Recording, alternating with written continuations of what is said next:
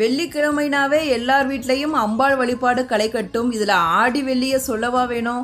காலையில் 5 மணிக்கே பக்கத்தில் இருக்க அம்மன் கோவில்களில் முத்துமாரி அம்மனுக்கு திருநாளா அப்படின்னு அம்மன் பாடல்களை போட்டு அந்த நாளே திருவிழாமயமாக மங்களகரமாக இருக்கும். இந்த வருஷம் 5 ஆடி வெள்ளியும் ஆடி மாதத்திலே வருது. 4வது ஆடி வெள்ளியில் வரலட்சுமி விரதம் வருது. பொதுவாகவே வெள்ளிக்கிழமை அப்படிங்கிறது அம்பாள் வழிபாட்டுக்கு ரொம்ப ரொம்ப சிறந்தது.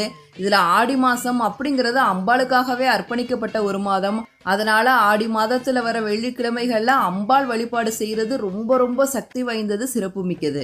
வியாழக்கிழமையே வீடு பூஜை ரூம் எல்லாத்தையும் க்ளீன் பண்ணி வச்சுருங்க. வெள்ளிக்கிழமை காலையில் எழுந்திரிச்சு குளிச்சுட்டு சுவாமி படங்களுக்கு சந்தனம் குங்குமம் வச்சுட்டு பூக்களெல்லாம் நல்லா அலங்காரம் பண்ணி வச்சுருங்க. முடிஞ்சால் வேப்பிலையும் விரலி மஞ்சளும் கிடச்சிச்சின்னா அம்பாள் படத்துக்கு பக்கத்தில் வைங்க.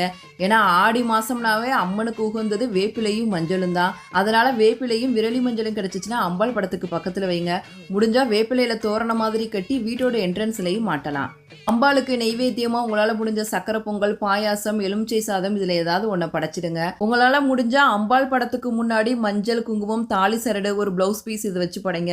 இல்லை எங்களால் நிறையா வச்சு படைக்க முடியும்னா வச்சு படைச்சி முடிச்சுட்டு அந்த பூஜை பொருளை எடுத்துகிட்டு போய் உங்களோட பக்கத்து வீட்டுக்காரவங்க இல்லை நீங்கள் பூஜைக்கு யாராவது கூப்பிட்டுருந்தீங்கன்னா அவங்களுக்கு கொடுங்க. ரொம்ப ரொம்ப நல்லது. முடிஞ்சால் உங்களோட குலதெய்வ கோவிலுக்கும் அம்மன் கோவில்களுக்கும் போயிட்டு வாங்க.